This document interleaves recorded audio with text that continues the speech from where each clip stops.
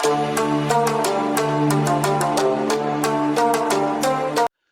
नमस्कार दोस्तों, स्वागत है आप सभी का एकलव्य क्लासेस में। आज हम 2020 के पुरस्कार और सम्मान देखने वाले हैं। आज का यह सेशन बहुत ही धमाकेदार होने वाला है, क्योंकि यह सभी स्टेट पीएससीज और जितने भी एग्जाम्स होते हैं, चाहे एसएससीज के हों चाहे एमपी व्यापम की बात करें, ठीक है, हर एग्जाम के लिए यह महत्वपूर्ण होने वाला है, क्योंकि हम सभी पुरस्कारों को बहुत ही बारीकी से स्टडी करने वाले हैं। कौन वर्तमान विजेता रहा और उसके संबंध जितने भी पॉइंट्स होंगे सब पर हम चर्चा करेंगे। वीडियो को शुरू करने से पहले यदि आपने हमारे चैनल को सब्सक्राइब नहीं किया है तो प्लीज सब्सक्राइब कर लीजिए, साथ ही बेल आइकन को प्रेस कर लीजिए, जिससे आगे आने वाली वीडियोस की नोटिफिकेशन आपको मिलती रहे। तो चलिए वीडियो को शुरू करते हैं। 2020 में जितने भी सम्मान पुरस्कार दिए गए हैं उनका हम अध्ययन करते हैं। तो सबसे पहले हमें एकलव्य पुरस्कार 2020, जो कि मध्य प्रदेश सरकार का प्रमुख पुरस्कार है, उसके बारे में स्टडी करना है। तो एकलव्य पुरस्कार 2020 दिया गया है 14 खिलाड़ियों को, जिसमें सबसे महत्वपूर्ण खिलाड़ी हैं इशिका चौधरी, ठीक है, जो कि एक हॉकी खिलाड़ी हैं, और इनके अलावा अजात शत्रु शर्मा जो कि भिंड से है। दो महत्वपूर्ण नाम हैं, ठीक है। तो एकलव्य पुरस्कार 2020 प्राप्त करता है इशिका चौधरी एवं 13 अन्य। इशिका चौधरी ग्वालियर से हैं और हॉकी खिलाड़ी हैं। तो यहां पर हम देखें तो भारतीय जूनियर महिला हॉकी टीम की इशिका चौधरी को मध्य प्रदेश सरकार द्वारा एकलव्य पुरस्कार से सम्मानित किया गया है। वैसे देखा जाए तो यह सभी पुरस्कार जो एकलव्य पुरस्कार है 2019 का पुरस्कार है, लेकिन इसकी घोषणा 29 अगस्त 2020 को की गई थी, और 29 अगस्त को हम राष्ट्रीय खेल दिवस मनाते हैं मेजर ध्यानचंद हॉकी के जादूगर के जन्मदिन के मौके पर, ठीक है। तो किसे मिला है एकलव्य पुरस्कार? इशिका चौधरी, या फिर अन्य नामों में बात करें तो अजात शत्रु शर्मा जो कि भिंड से हैं और इशिका चौधरी ग्वालियर से हैं, और हॉकी से संबंधित खिलाड़ी हैं इशिका चौधरी। तो क्या करती हैं? यह भारतीय जूनियर महिला हॉकी टीम की खिलाड़ी हैं। और एकलव्य पुरस्कार किस लिए दिया जाता है? तो राष्ट्रीय और अंतर्राष्ट्रीय मंचों पर खेल में बेहतर प्रदर्शन करने वाले युवा खिलाड़ियों को प्रोत्साहित और प्रेरित करने के लिए दिया जाता है। तो यह युवा खिलाड़ियों को दिया जाता है, उनको प्रोत्साहित और प्रेरित करने के लिए एकलव्य पुरस्कार की स्थापना 1993 में की गई थी, ठीक है। तो यहां से हमने कई महत्वपूर्ण क्वेश्चनों को कवर किया, जैसे 29 अगस्त को प्रोवाइड किए गए हैं पुरस्कार। तो 29 अगस्त को मनाया जाता है राष्ट्रीय खेल दिवस। क्यों मनाया जाता है? तो मेजर ध्यानचंद का उस दिन जन्मदिन होता है, ठीक है। और एकलव्य पुरस्कार किसे मिला है? ग्वालियर की इशिका चौधरी, जो कि जूनियर हॉकी महिला टीम की खिलाड़ी हैं, और इनके अलावा अजातशत्रु शर्मा। टोटल 14 खिलाड़ियों को एकलव्य पुरस्कार दिया गया है मध्य प्रदेश सरकार के द्वारा, और राष्ट्रीय और अंतर्राष्ट्रीय मंचों पर खेल में बेहतर प्रदर्शन करने वाले युवा खिलाड़ियों को यह दिया जाता है, ठीक है। तो हमने यहां से एकलव्य पुरस्कार 2020 मध्य प्रदेश सरकार का कवर किया है। इसके बाद हम ई पंचायत पुरस्कार 2020 के बारे में देखेंगे। तो ई पंचायत पुरस्कार 2020 किसके द्वारा दिया जाता है? तो यह केंद्रीय पंचायती राज मंत्रालय द्वारा दिया जाता है, ठीक है। अब किस राज्य को दिया गया है? तो 2020 का ई पंचायत पुरस्कार हिमाचल प्रदेश ने जीता है, ठीक है। क्यों जीता है? क्योंकि सभी पंचायतों को इंटरनेट से जोड़ने के लिए और जो भी वहां पे कार्य हो रहे हैं वह ऑनलाइन कराने के लिए यह पुरस्कार दिया गया है, ठीक है। तो हिमाचल प्रदेश ने साल 2020 का ई पंचायत पुरस्कार जीता, और यह पुरस्कार केंद्रीय पंचायती राज मंत्रालय द्वारा दिया जाता है, जो कि केंद्रीय राज पंचायत मंत्री वर्तमान में कौन है? नरेंद्र सिंह तोमर, ठीक है। तो राज्य की सभी, अब बात आती है कि हिमाचल प्रदेश ने ऐसा क्या किया है जिससे उसे ई पंचायत पुरस्कार 2020 मिला है। तो राज्य की सभी 3226 पंचायतों में इंटरनेट की सुविधा प्रदान करने के लिए हिमाचल प्रदेश को यह पुरस्कार दिया गया है। अर्थात अब वहां की जितनी भी पंचायतें हैं वहां पे जो भी कार्य होंगे वह ऑनलाइन ही पंजीकृत होंगे, रजिस्टर्ड होंगे, ठीक है। जैसे जन्म, मृत्यु, विवाह, इन सभी के सर्टिफिकेट्स या फिर इनसे संबंधित जो भी कार्य है वहां पे ऑनलाइन, ठीक है, पंजीकृत किए जाएंगे।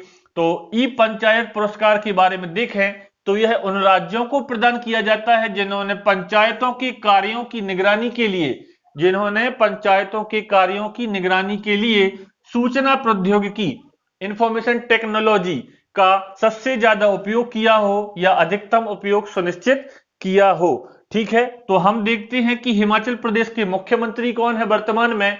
तो जयराम ठाकुर हिमाचल प्रदेश के मुख्यमंत्री हैं। और राज्यपाल की बात करें तो बंडारू दत्तात्रेय हिमाचल प्रदेश के राज्यपाल हैं।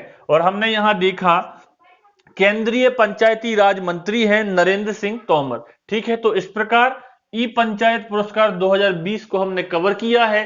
किसे मिला है? तो हिमाचल प्रदेश को मिला है साल 2020 का। क्यों मिला है यह? ठीक है, वहां की पंचायतों को ऑनलाइन या इंटरनेट से जोड़ने के लिए। ठीक है, और किसके द्वारा प्रोवाइड किया जाता है? केंद्रीय पंचायती राज मंत्रालय के द्वारा यह प्रोवाइड किया जाता है। केंद्रीय पंचायती राज मंत्री कौन है वर्तमान में? नरेंद्र सिंह तोमर। हिमाचल प्रदेश के मुख्यमंत्री जयराम ठाकुर और राज्यपाल बंडारू दत्तात्रेय। ठीक है, इसके बाद हम देखते हैं स्वच्छ सर्वेक्षण 2020, जो कि इस बार 5वां संस्करण था। ठीक है, और इंदौर शहर ने फिर से बाजी हासिल की है, पहला स्थान प्राप्त किया है स्वच्छ शहरों की रैंकिंग में। ठीक है, तो बात करें आवास एवं शहरी मामलों के मंत्रालय द्वारा जारी किए गए इस वार्षिक स्वच्छता सर्वेक्षण में मध्य प्रदेश के इंदौर शहर को लगातार चौथी बार देश के सबसे स्वच्छ शहर का दर्जा प्राप्त हुआ है।